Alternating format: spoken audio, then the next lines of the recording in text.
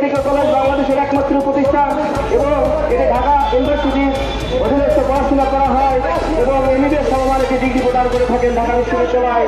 কিন্তু অত্যন্ত দুঃখের বিষয় হলো সত্য যে যেখানে এমবিবিএস ডিগ্রিধারীদেরকে পিএইচসির মাধ্যমে বা এটাকের মাধ্যমে নিয়োগ দেওয়া হয়, সেখানে আমাদের কোনো একদম অনেকটা চুক্তিভিত্তিক বেতনের মতো দেওয়া হয়।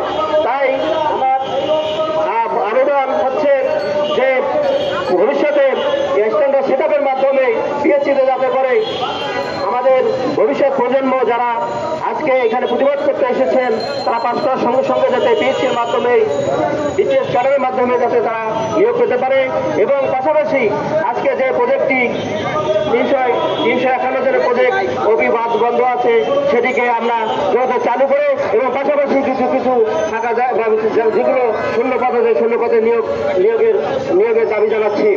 এবং আজকে আমাদের ভাই বোনদের যারা সরকারি মেডিকেল কলেজ থেকে এসেছেন, বাংলাদেশ মেডিকেল কলেজ থেকে এসেছেন, তাদের প্রাণের দাবি ইন্টারনি ভাতা যে পরিমাণ পায় অন্যান্য কলেজের মতো অন্যান্য এমবিবিএস ডাক্তারদের মতো সেটাও যাতে সে পরিমাণ যাতে বৃদ্ধি করা হয় এবং অন্যান্য সুযোগ সুবিধা যাতে দেওয়া হয়।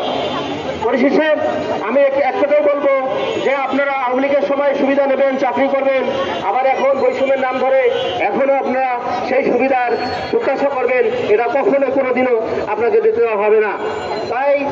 তাই পরিশেষে আপনাদের সকলকে আমার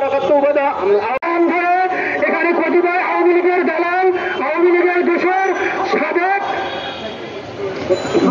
বুথ চেয়ারম্যানের টাকাটা গোলাম, এরা এখানে বৈষম্যের নাম ধরে হোমিওপ্যাথিকে বিকৃত করার জন্য এরা এখানে আজকে মানববন্ধনের আয়োজন করেছিল।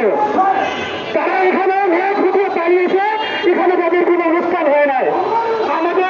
আমাদের দাবি স্পষ্ট, আমরা সমতার ভিত্তিতে এই হোমিওপ্যাথির অধিকার চাই।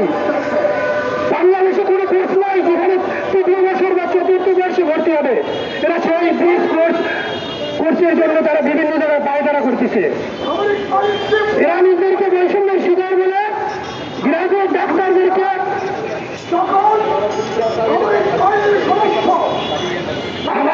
আমাদের দাবি পিএইচসির মাধ্যমে হোমিওপ্যাথিতে নিয়োগ দেওয়া হোক, হোমিওপ্যাথির জন্য স্বতন্ত্র বিশ্ববিদ্যালয় স্থাপন করা হোক। এই বলে আমি আমার সংক্ষিপ্ত বক্তব্য শেষ করছি। বিদায়।